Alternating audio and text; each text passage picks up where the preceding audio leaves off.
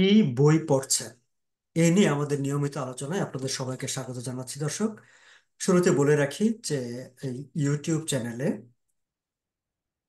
আমাদের বন্ধুরা কে কি বই পড়ছেন, সেই বইটি কেমন লাগছে, ভালো লাগছে, খারাপ লাগছে, ভালো লাগলে কেন লাগলো, খারাপ লাগলে কেন লাগলো, এইসব বিষয় নিয়ে আমরা কথা বলার চেষ্টা করি। এবং আজকে এই বিষয় নিয়ে আলোচনা করার জন্য, কথা বলার জন্য আমি আমন্ত্রণ জানিয়েছিলাম আমাদের টরন্টোর আরেক বন্ধু, হাসান মাসুক। হাসান মাসুক নিজেও লেখালেখি করেন, বই পড়েন। সম্প্রতি তিনি একটি খুবই আলোচিত বই তিনি পড়ছেন, ইউভাল নোহা হারারি, তার সেপিয়েন্স, মানব জাতির ইতিহাস। আহ, লেখক এবং লেখকের বই দুটি বহুল আলোচিত, খুবই জনপ্রিয়। সো আমি এই বইটি তিনি কেন পড়ছেন, কেমন লাগছে, ভালো লাগছে, খারাপ লাগছে, এই বিষয় নিয়ে একটু তার মতামত শুনতে চাইবো। হাসান মাসুক, আপনাকে স্বাগত জানাচ্ছি এবং ধন্যবাদ জানাচ্ছি যে আপনি আমাদের সঙ্গে এই বিষয় নিয়ে কথা বলতে রাজি হয়েছেন এবং সময় দিতে রাজি হয়েছেন। ধন্যবাদ সাগর ভাই, এরকম একটা চমৎকার বিষয়বস্তুর উপরে আমাকে আমন্ত্রণ জানানোর জন্য। এটা বলতে গেলে আমার আসলে খুব পছন্দের একটা বিষয়, যার কারণে আমি খুব এই স্বেচ্ছায় আপনার আমন্ত্রণ গ্রহণ করেছি। আম, আলোচনা চলে যাই। আমি এই মুহূর্তে যে বইটা পড়ছি সেটার নাম হচ্ছে sapiens, a brief history of human kind. এটার লেখক হচ্ছে প্রফেসর ইয়োভাল নোয়া হারারি। প্রফেসর ইউভাল নোয়া হারারি ইতিমধ্যেই এই সময়কার একজন আলোচিত এবং আম, সর্বজনগ্রাহ্য দার্শনিক হিসেবে পরিগণিত। উনি এই মুহূর্তে আম, হিব্রু বিশ্ববিদ্যালয়ের ইতিহাস পড়ান, আমি যতদূর জানি। আহ, যে বইটা পড়ছি সেটার নাম আমি অলরেডি বলেছি, sapiens, a brief history of human kind. এই বইটাও এই সময়ের সবচেয়ে গুরুত্বপূর্ণ বইগুলার একটা হিসেবে ধরা হয়। বইটা একই সাথে আম, বহুল আলোচিত এবং বহুল পঠিত। আম, যে কোনো বই বহুল আলোচিত এবং হলেই যে বহুল নানা পঠিত হবে ভাষায় তা না। সম্ভবত বইটি অনূদিত হয়েছে এবং বাংলা ভাষায়ও সম্ভবত হ্যাঁ, অনুদিত। বাংলা ভাষায় দুইটা দুটা অনুবাদ হয়েছে আমি যতদূর জানি। আম, আমার জানা মতে 45টা ভাষায় ইতিমধ্যে অনুদিত হয়েছে বইটা।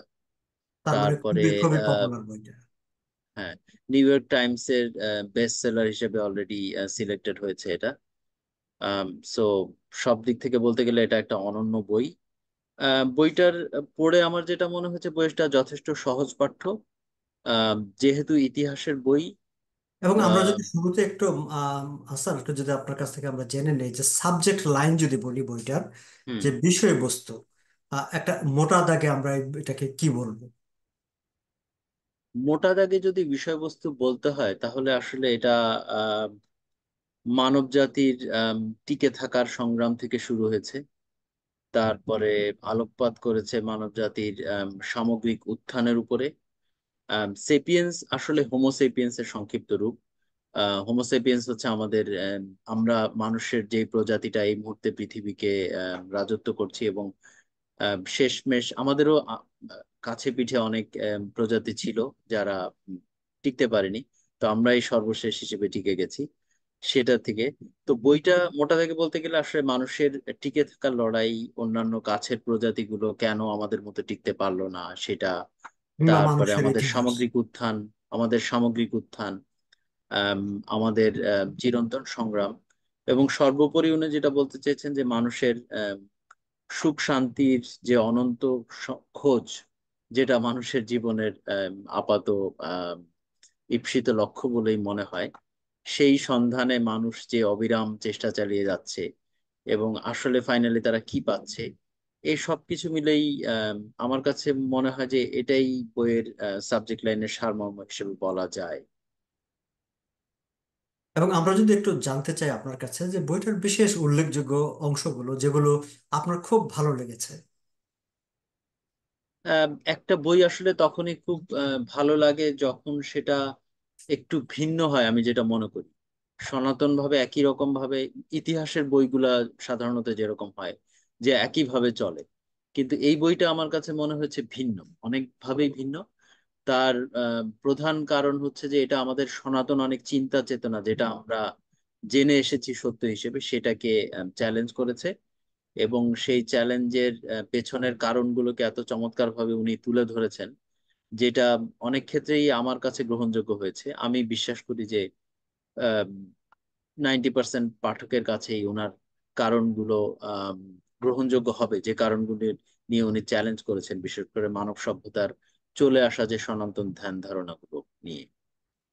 আম, সেই দিক থেকে বলতে গেলে প্রথম যে জিনিসটা উনি চ্যালেঞ্জ করেছেন সেটা হচ্ছে, আমরা সবাই জানি আমাদের মানব সভ্যতার বড় বড় তিনটা বিপ্লব হচ্ছে বুদ্ধিভিত্তিক বিপ্লব, কৃষি বিপ্লব এবং বৈজ্ঞানিক বিপ্লব। এর মধ্যে কৃষি বিপ্লবটা খুবই অনন্য, এবং কৃষি বিপ্লবটার অবদান কি এখন আমরা সবাই জানি এটা। তো আমরা ছোটবেলা থেকে এই সমস্ত আহ, মানে লেখাপড়ায় সব জায়গায় জেনে এসেছি কৃষি বিপ্লবের অনেক বড় অবদান ছিল মানব জাতির উন্নয়ন এবং বিকাশে। এই জায়গাটা উনি বেশ সুন্দরভাবে এটাকে বিরোধিতা করেছেন। উনি বলতে চাচ্ছেন যে কৃষি বিপ্লব আসলে ছিল মানব ইতিহাসের সবচেয়ে বড় ধোঁকা। আচ্ছা। এবং কৃষি বিপ্লবটা বেসিক্যালি শুরু হয় গমের উৎপাদন দিয়ে, যে গম আজকে মানব আহ, সভ্যতার মানে পৃথিবীর ভূমিভাগের একটা বড় অংশ দখল করে ফেলেছে। তো উনি খুব মজা করে লেখেন, একটা জায়গায় উনি লিখেছেন, গম আমাদের গৃহপালিত করলো নাকি আমরাই গম দ্বারা গৃহপালিত হলাম, সেটা নিয়ে ভাববার আসলে অবকাশ আছে। আম, এইটা নিয়ে আরেকটু গভীরে যদি যাই, তাহলে উনি যেটা বলতে চাচ্ছেন যে কৃষি বিপ্লবটা খুব চিন্তা ভাবনা করে করা কোনো বিপ্লব না। কৃষি বিপ্লব শুরু হয়েছে প্রায় 15,000 বছর আগে। তার আগের 50,000 বছর কিন্তু মানুষ ঠিকই শিকারী জীবন যাপন করেছে। এবং সামগ্রিকভাবে যদি আমরা তুলনা করি, অ্যাপল টু অ্যাপল যদি কম্পেয়ার করি যেটাকে আমরা বলি, তাহলে দেখা যায় যে কৃষি বিপ্লবে আসলে আমরা খুব বেশি আম, কিছু পাইনি ওই জীবনের সাথে আমরা যদি তুলনা করি। মোটা দাগে কিছু জিনিসের উদাহরণ আনা যায়। যেমন উনি বলতে চাচ্ছেন যে মানুষের খাদ্যের ডাইভার্সিটি আরো অনেক বেশি ছিল। এখন যেমন আমরা সবাই মোটামুটি জানি, জাতি ভেদে এটা ডিফার করে, কিন্তু আমরা সবাই মোটামুটি জানি যে আজকে সকালে আমার ব্রেকফাস্টে কি থাকতে পারে কিংবা আপনার ব্রেকফাস্টে কি বা থাকতে পারে। দুপুরে আমরা কি খাবো, রাতে আমরা কি খাবো। হ্যাঁ, কি খাবো আমরা মোটামুটি জানি। কিন্তু শিকারী জীবনে আসলে এইটা ছিল না, সেটা আরো বেশি ডাইভার্সিফাইড ছিল। এবং সেখানে আসলে যতটা ধরা হয় যে ইনসিকিউর ছিল, সেটা আসলে অত ইনসিকিউর সেটা ছিল না। এবং এই শিকারী জীবনযাপনেরও মানুষের অনেক বৈচিত্র্য ছিল। কৃষি বিপ্লব শুরু হওয়ার পর থেকে মানুষের জীবনের আম, অনেক বড় বড় সমস্যা শুরু হলো। প্রথম সমস্যা হচ্ছে যে কৃষিকে কিভাবে ইভলভ করা যায়। মানুষ প্রতি বছর ভাবতো যে প্রতি বছর তারা একটা একটা চ্যালেঞ্জ পেত, কখনো প্রকৃতির চ্যালেঞ্জ, কখনো কীটপতঙ্গ, অন্যান্য সমস্যা। প্রতি বছর তারা চিন্তা করতো যে হয়তো সামনে আমরা এটা সমাধান করতে পারবো এবং আমাদের জীবনটা হবে একটা অনন্ত সুখের জীবন। কিন্তু ওই সমস্যার সমাধান করতে করতেই তাদের অনেকটা সময় চলে যাচ্ছে। তারা দিনের যে অবসর পেত সেটা পাচ্ছে না। একজন কৃষক এবং কৃষক সম্প্রদায় দেখা যেত দিনের বেশিরভাগ সময় তারা কাজ করছে, এবং এই কাজ করার পরেও তাদের আরো নতুন কাজ থাকতো। তাদের জীবনের অবসর কমে আসছে, যেটাকে আসলে লাইফের কোয়ালিটি বলা হয়। তারপরে আরেকটা জিনিস হচ্ছে যে রোগ বিস্তার। যেমন মানুষ যখন একসাথে থাকা শুরু করলো, আগে মানুষ অনেক ছড়িয়ে ছিটিয়ে থাকতো, বিভিন্ন জায়গায় থাকতো। কৃষিকে বেস করে মানুষের জমি দখল শুরু করলো, এবং মানুষ গ্রাম, তারপরে নগর, এগুলার পত্তন শুরু হয়ে গেল, এবং মানুষ একসাথে থাকা শুরু করলো। তখন দেখা গেলো মানুষের মধ্যে ওই জীবাণুগুলো খুব দ্রুত ছড়ানো পড়লো, মহামারী থেকে শুরু করে। মানুষের আগে এত বেশি অসুখ বিসুখে ভুগতো না। আহ, সর্বোপরি এসবই। আর আরেকটা বিষয় যেটা উনি বলতে চেয়েছেন যে আহ, হ্যাঁ, ওইটাই যে আলটিমেটলি আসলে শেষমেশ আমরা কি পেলাম কৃষি বিপ্লবের শেষে? আমাদের জীবন কি আরো সহজ হলো, সুখের হলো, কিংবা আরো স্বচ্ছন্দের হলো? কৃষি বিপ্লবের মাধ্যমে যেসব আমলাতান্ত্রিক জটিলতার মধ্যে মানব সমাজ পড়ে গেল, যেমন ফসলের অধিকার, জমির অধিকার, সেই জমি নিয়ন্ত্রণ, আহ, অনেক জরিপে দেখা গেছে যে কৃষি ভিত্তিক সম্প্রদায়ের একটা বড় অংশের মানুষ মারা যেত জমি দখল, ফসল দখল, এই ফসল মারামারি রক্ষা হানাহানি। করা, এই ফসল মেনটেন করা। এবং সবকিছু যখন হয়ে যেত তখন আবার তারা আরো অ্যাডভান্স প্রযুক্তির দিকে আগাতো, যে এই ফসলকে আরো উৎপাদনশীল করা যায় কিভাবে। কিংবা মানুষকে কখনোই উনি আরেকটা কথা বলেছেন যেটা আমার মনে পড়ছে এই মুহূর্তে, যে উনি বলছেন যে মানুষ ভেড়া পালন করতো, পশু পাখি পালন করতো, কিন্তু কখনো তাদেরকে ভাবতে হতো না কোন ভেড়াটার সাথে কোন ভেড়ার প্রজনন করলে আরো উচ্চ ফলনশীল ভেড়া পাওয়া যাবে, কিংবা আরো বেশি ভালো প্রজাতির ভেড়া পাওয়া যাবে। এত সব চিন্তা তাদেরকে আসলে করতে হতো না। আলটিমেটলি উনি যেটা বোঝাতে চেয়েছেন যে quality of life was much better যখন মানুষ আসলে শিকারী জীবনযাপন করতো। এটাই আচ্ছা। ছিল এই বইয়ের প্রথম ধাক্কা, আমি যেটা বলবো, যেটা আমাদের সনাতন চিন্তা চেতনাকে বেশ খানিকটা আঘাত করে। হুম। হুম। এবং যদি, হ্যাঁ বলেন। আম, এটাই। এছাড়াও আরো আসলে এই এই বই নিয়ে একটা বিরাট আলোচনা হতে পারে, এত বিরাট আলোচনা হতে চমৎকার। পারে, হ্যাঁ, দীর্ঘ আলোচনা হতে পারে, আমরা অত দীর্ঘ আলোচনা যাব না। কিন্তু আমরা যদি হ্যাঁ। ঠিক আপনার কাছে জানতে চাই যে বইয়ের বিশেষ কোনো অংশ, বিশেষ কোনো বক্তব্য যেটা আপনার মনে প্রচন্ড রকম দাগ কেটেছে, যেটা আপনি শেয়ার করতে আহ, চান। হ্যাঁ, এরকম এরকম অনেকগুলোই আসলে আছে। যেটা বলছিলাম যে উনি সনাতন ধ্যান ধারণাগুলোকে চ্যালেঞ্জ করে এবং সেটাকে খুব সুন্দরভাবে উপস্থাপন করেছেন কেন উনি চ্যালেঞ্জ করছেন। যেমন ভাষার বিকাশ এবং ভাষার উৎপত্তি, এতে তো মানব সভ্যতা একটা বড় অবদান রেখে এসেছে। অবশ্যই মানুষের বিকাশে, আম, মানব জাতির বিকাশে, সভ্যতার বিকাশে।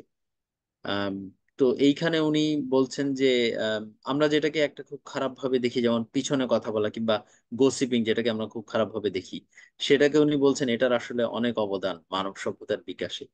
এই আচ্ছা। গসিপিং এর কারণেই মানুষ প্রথম একজন আরেকজনকে নিয়ে আলোচনা শুরু করলো, একটা প্রতিযোগিতা শুরু হলো, আমি ওর থেকে ভালো কিছু করতে পারবো কিভাবে সেটাও শুরু হলো। তো উনি এটাকে গসিপ থিওরি হিসেবে বলেছেন। এবং উনি বলেছেন যে ভাষার উৎপত্তি, বিকাশ, এবং এর মাধ্যমে আস্তে আস্তে মানুষ আরো অনেক কিছু করতে শুরু করলো, মানুষ কল্পকাহিনী তৈরি করতে শুরু করলো। এক সময়ের কল্পকাহিনী তো এখন বিজ্ঞানের আমলে আমাদের সত্যিকার। তো সত্যি হয়ে উঠেছে। এইটা একটা বিষয়। আরেকটা বিষয় যেটা উনি, আমার মনে পড়ে যে আম, উনি বলছিলেন যে আহ, উনি ধর্মের অবদানকে কোনোভাবে অস্বীকার করেনি। উনি বলেছেন যে মানব সভ্যতার উৎপত্তি, বিকাশ, সুশাসন এসবের পিছনে আসলে ধর্মের অবদান অনেক বেশি। কিন্তু আবার আমি যতদূর জানি উনি ধর্ম বিশ্বাসী না। আম, তো এক পর্যায়ে এসে উনি বলছেন যে মানুষ এক ঈশ্বরে বিশ্বাস আনতে পারেনি, কিন্তু একই মুদ্রা ব্যবস্থায় ঠিকই বিশ্বাস এনেছে। ইন্টারেস্টিং। যেমন ধরেন, দুই ধর্মের দুইজন মানুষ যারা কেউ কাউকে বিশ্বাস করে না, তাদের ঈশ্বর এক না, তাদের দেবদেবতা এক না, তারা কোনোভাবেই একজন আরেকজনের সাথে মিশবে না, এরকম আছে। কিন্তু তারা ঠিকই ব্যবসা বাণিজ্য করবে ডলারের মাধ্যমে কিংবা ডলারের টাকার মাধ্যমে মাধ্যমে অভিন্ন, কিংবা অভিন্ন রিয়েলের একটা মাধ্যমে। মুদ্রা। হুম। হ্যাঁ। তো এই মুদ্রাটার উপরে তাদের অনেক বিশ্বাস, কিন্তু এক ঈশ্বরে তারা অনেক কিছু করেও বিশ্বাস আনতে পারলো না। তো এইটা আমার কাছে খুব গভীর এবং গভীর একটা কথা মনে হচ্ছে মানব সভ্যতার জন্য আসলে। নিশ্চয়ই। নিশ্চয়ই। যে আমরা আসলে কি দ্বারা পরিচালিত হই, কি আমাদেরকে নিয়ন্ত্রণ করে, টাকা পয়সা না ঈশ্বর, নাকি আমাদের সংস্কৃতি, নাকি আমাদের মানসিকতা। এবং বইটি পড়তে গিয়ে মানে এমন কোথাও কি মনে হয়েছে যে বইটি আপনার কাছে কোনো পয়েন্ট, কোনো জায়গায় এসে বিরক্তির উদ্রেক করেছে, মনে হয়েছে যে না, আমি সময় নষ্ট করছি, কিংবা এই বক্তব্যগুলো ঠিক না? আহ বইটা যেহেতু ইতিহাসের বই, এর মধ্যে ইতিহাস, অর্থনীতি, দর্শন সবকিছুই আছে। যদিও খুবই সহজ পাঠ্য, এবং কিছু কিছু জিনিস উনি অনেক সুন্দরভাবে বুঝিয়ে দিয়েছেন, যেটা আমরা ধরেন যে বিষয়ভিত্তিক লেখাপড়া না করলে বুঝবো না। খারাপ লাগার ওরকম খুব বেশি কিছু আসলে নাই। এই বই পড়ে যে খারাপ লেগেছে এরকম কিছু নাই।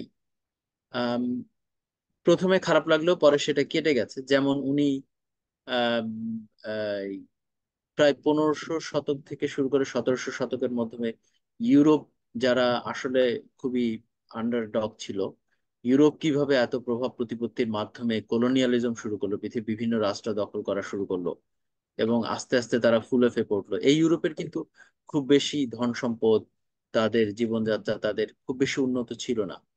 হঠাৎ করেই দেখা গেল প্রথমে, এটা সম্ভবত শুরু হয় ব্রিটিশদের দ্বারা, ক্যাপ্টেন কুকের সেই আম, আহ, বিখ্যাত নৌ সফরের মাধ্যমে, যে সফরের মাধ্যমে তিনি বিভিন্ন নতুন নতুন জায়গা আবিষ্কার করলেন এবং সেসব জায়গা দখলও করে ফেললেন। হুম। তো এই জিনিসগুলোকে উনি প্রশংসা করছিলেন, যেটা আমার কাছে স্বাভাবিকভাবে, আমি নিজেও তো কলোনিয়ালিজমের একটা অংশ বলা যায়, বিপক্ষে। আমরা যারা ওই অঞ্চল থেকে এসেছি। জি। তো এটা ভালো লাগছিল না। কিন্তু আমার মনে হচ্ছিল উনি কেন এটাকে গ্লোরিফাই করছেন। কিন্তু পরবর্তীতে আমি যেটা দেখলাম যে উনি আসলে মোটামুটি নির্মোহভাবে জিনিসটা তুলনা করতে লাগলেন, কারণ এই সাম্রাজ্যবাদ তো আসলে আগেও ছিল, কিন্তু এই এই ব্রিটিশদের এবং ইউরোপের লোকদের যে সাম্রাজ্যবাদ, তাদের সাম্রাজ্যবাদের সাথে আগের সাম্রাজ্যবাদের অনেক ডিফারেন্স। উনি যেটা বললেন যে এরা যখন সাম্রাজ্যবাদ স্থাপন করতে চাইতো, এরা আসলে একটা সেতু বন্ধন করেছিল বিজ্ঞান, প্রযুক্তি, সাম্রাজ্যবাদ আম, এবং পুঁজিবাদের একটা সমন্বয় করেছিল। এবং তারা যে শুধু দেশ দখল করতেই যেত তা না, তারা যখন দেশ দখল করতে একটা নৌবিহার নিয়ে যেত, সেই জাহাজে বিজ্ঞানীরা থাকতো, দার্শনিকরা থাকতো, শিল্পীরা থাকতো যারা ওই নতুন অঞ্চলের ছবি আঁকবে, সেখানে পাদ্রীরাও থাকতো, তারা ধর্ম বিস্তার করবে। এবং খুবই হোলিস্টিক একটা অ্যাপ্রোচে তারা একটা নতুন জায়গায় যেত। যেমন উদাহরণ হিসেবে বলা যায়, ভারত উপমহাদেশই যখন তারা দখল করেছে, তখন তারা, এবং কিছু কিছু জিনিস যেন আমি খুবই ভালো লাগছে পরবর্তীতে, যে যেমন ধরেন যে ব্রিটিশরা যাদের চাকরি হতো ওই ইস্ট ইন্ডিয়া কোম্পানির ভারত উপমহাদেশে, তখন তাদেরকে কলকাতা বিশ্ববিদ্যালয়ে লেখাপড়া করতে হতো প্রায় 2-3 বছর। এটা ওয়াও। খুবই ইন্টারেস্টিং। তারা ওখানকার ভাষা শিখতো, সংস্কৃতি শিখতো। এমনকি তারা ওখানে যে এমন এমন জিনিস আবিষ্কার করে ফেলেছে যেটা আসলে উপমহাদেশের আমাদের পূর্বসূরীরা করতে পারে না। যেমন সম্ভবত মহেঞ্জোদারো সভ্যতা ডেচা মাটি খুঁড়ে খুঁড়ে, যেটা ওরাই বের করে ফেলেছে। তো আচ্ছা। ওদের ওই অ্যাপ্রোচটা আগের সাম্রাজ্যবাদের থেকে টোটালি ডিফারেন্ট ছিল। উনি কম্পেয়ার করেছেন মুসলিম শাসকরা যখন উপমহাদেশে সাম্রাজ্যবাদে গেছে, তখনও তারা কিন্তু পুরোপুরি এই সাম্রাজ্যবাদটাকেই প্রায়োরিটি দিয়েছে।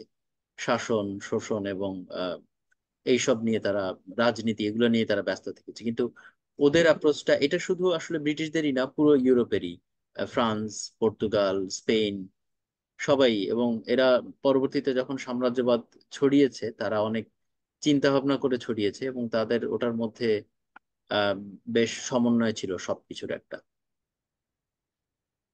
আমরা যদি সামগ্রিকভাবে এই বই এবং বইয়ের লেখককে একটু মূল্যায়ন করতে বলি একটু সংক্ষেপে, আপনি কিভাবে মূল্যায়ন করবেন? ইউভাল নোয়া হারারি ইতিমধ্যেই আম, আমাদের সময়ের, অর্থাৎ এই সময়ের একজন প্রসিদ্ধ দার্শনিক হিসেবে আহ, আহ, মানে সবার কাছেই গ্রহণযোগ্য বলা যায়। সরাসরি উনার বই পড়ে আমার কাছে ব্যাপারটা আরো গ্রহণযোগ্য হয়েছে, কারণ আমার কাছে মনে হচ্ছে যে উনি বেশ নির্মোহভাবে সবকিছু, একটা নিরপেক্ষ অবস্থানে থেকে সবকিছু দেখার একটা চিন্তা চেতনা ওনার মধ্যে আছে। যদি উনার আগ্রহের বিষয় আমি জেনেছি সমরবিদ্যা, ইতিহাস, কিন্তু সবকিছুতেই, এবং সাইন্টিফিক জিনিসগুলো উনি যেভাবে ব্যাখ্যা করেছেন, সেটা আসলে খুবই চমৎকার।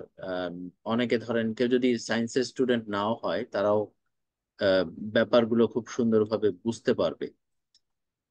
এটাই আমার কাছে ওনার সম্বন্ধে মনে হয়েছে। এবং কেউ সায়েন্সের স্টুডেন্ট না হলেও, ইতিহাসের স্টুডেন্ট না হলেও, তারা তার হ্যাঁ, এই স্যাপিয়েন্স বইটি মানে পড়তে চাইলে তাদের কোনো সেটি কঠিন মনে হবে না। কঠিন মনে হবে না, কঠিন মনে হবে না। যেহেতু ইতিহাসের বই, কিছুটা বোরডম থাকতে পারে। যেমন উনি যখন একটা সভ্যতা, একটা শতক থেকে আরেকটা শতকে যখন উনি যাচ্ছেন, তখন একটা দীর্ঘ আলোচনা থাকে, ওইটা মাঝে মাঝে একটু বোর লাগতে পারে। কিন্তু বিশ্বাস রাখতে হবে যে বইটা ধৈর্য ধরে পড়লে অনেক কিছু পাওয়া যাবে আসলে। নিশ্চয়ই। এবং আমরা শেষ করব, মাসুক, শেষ জি। করার আগে একটু আপনার কাছ থেকে জানতে চাইবো, যেহেতু আমরা এই আলোচনাটা শুরু করেছি এবং এটা ধারাবাহিকভাবে চলবে, আহ, জি। সামনেও নিশ্চয়ই আপনাকে আমরা পাবো, আপনি আবার নতুন কোনো বই যখন পড়বেন তখন সেগুলো অবশ্যই। নিয়ে। কিন্তু একটা কথা প্রায় বলা হয় যে মানুষ এখন আর বই পড়ে না, মানুষের মধ্যে সেই মানুষকে বই পড়ার ক্ষেত্রে আগ্রহী করে তোলা কিভাবে যায়?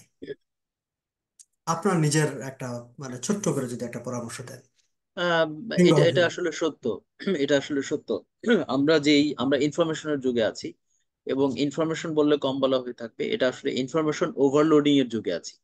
আমাদের হাতে সময় কাটানোর এত উপকরণ, আমরা কেউ বসে থাকি না। লিফটে যখন 4-5 জন দাঁড়িয়ে থাকি, সবার হাতে মোবাইল। যখন কেউ ওয়েট করে থাকি, সবার হাতে মোবাইল, ফেসবুক, টুইটার, হোয়াটসঅ্যাপ, এবং এত আহ, যোগাযোগ মাধ্যম, যেটা আসলে ইনফরমেশন ওভারলোডকে আরো বাড়ায় দিচ্ছে। এই কারণে আমি মনে করি হ্যাঁ, বই পড়া কমে যাচ্ছে। কিন্তু আমি মনে করি একবার যখন কেউ বই পড়া শুরু করবে, তখন আর সে বই পড়া থেকে পিছাবে না। কাগজের বই আগের মতো পড়া এখন আর সম্ভব হয়ে উঠতে পারে না আসলে। তো আমি যেটা মনে করি যে বইয়ের কোনো বিকল্প নাই। বইয়ের বিকল্প না খুঁজে বরং বই কিভাবে বিকল্প ভাবে পড়া যায়, সেটা খুঁজে বের করতে হবে। যেমন আমি পার্সোনালি অডিও বই শুনি। এবং এই বইটাও আমি আসলে অডিও বইতেই শুনছি। এবং আমি ম্যাক্সিমাম সময় শুনি আমি যখন ড্রাইভ করি তখন শুনি, কিংবা আমি যখন বাসার কাজ করি, রান্না করি কিংবা অন্য কিছু করি তখনও আমি ছেড়ে দিয়ে এটা শুনি। তো এটা হতে পারে খুব ভালো একটা মাধ্যম বই পড়ার বা বই শোনার আসলে। চমৎকার একটি মানে আমাদের মানে বই পড়ার একটা বিকল্প পদ্ধতি বের করতে হবে। এটাকে খুব ভালো কথা এক্স্যাক্টলি। বলেন আপনি। দর্শক, আপনাদের সবাইকে ধন্যবাদ জানাচ্ছি আমাদের এই আলোচনা আহ, শোনার জন্য। বলে রাখি যে আমরা এই আলোচনাটি নিয়মিতই চালাবো, এবং আপনাদের মধ্যেও যারা বই পড়েন, বই পড়তে ভালোবাসেন, সম্প্রতি কোনো একটি বই পড়া শেষ করেছেন, কিংবা কোনো একটি বই আপনার ভালো লেগেছে, সেই বই নিয়ে আপনি আপনার প্রতিক্রিয়া প্রকাশ করতে পারেন, আমাদের সঙ্গে আলোচনায় যুক্ত হতে পারেন। কমেন্ট বক্সে জানালে আমি নিশ্চয়ই যোগাযোগ করব। আবার এই ভিডিওর ডেসক্রিপশনে আমার ইমেল দেওয়া আছে, ইমেইলেও যোগাযোগ করতে পারেন। আহ, হাসান মাসুদ, আপনাকে অনেক অনেক ধন্যবাদ জানাচ্ছি আবারও। আপনি চমৎকারভাবে বইটি নিয়ে আপনার ভাবনা অনুভূতিগুলো প্রকাশ করলেন। নিশ্চয়ই আবারও আমাদের কথা হবে, আবারও আমরা আলোচনা করব নতুন কোনো বই নিয়ে। অনেক ধন্যবাদ সাগর ভাই, এটা একটা চমৎকার উদ্যোগ আমি মনে করি, এবং এই উদ্যোগটাও মানুষের বই পড়ার আগ্রহকে বাড়িয়ে দেবে। ধন্যবাদ। ধন্যবাদ।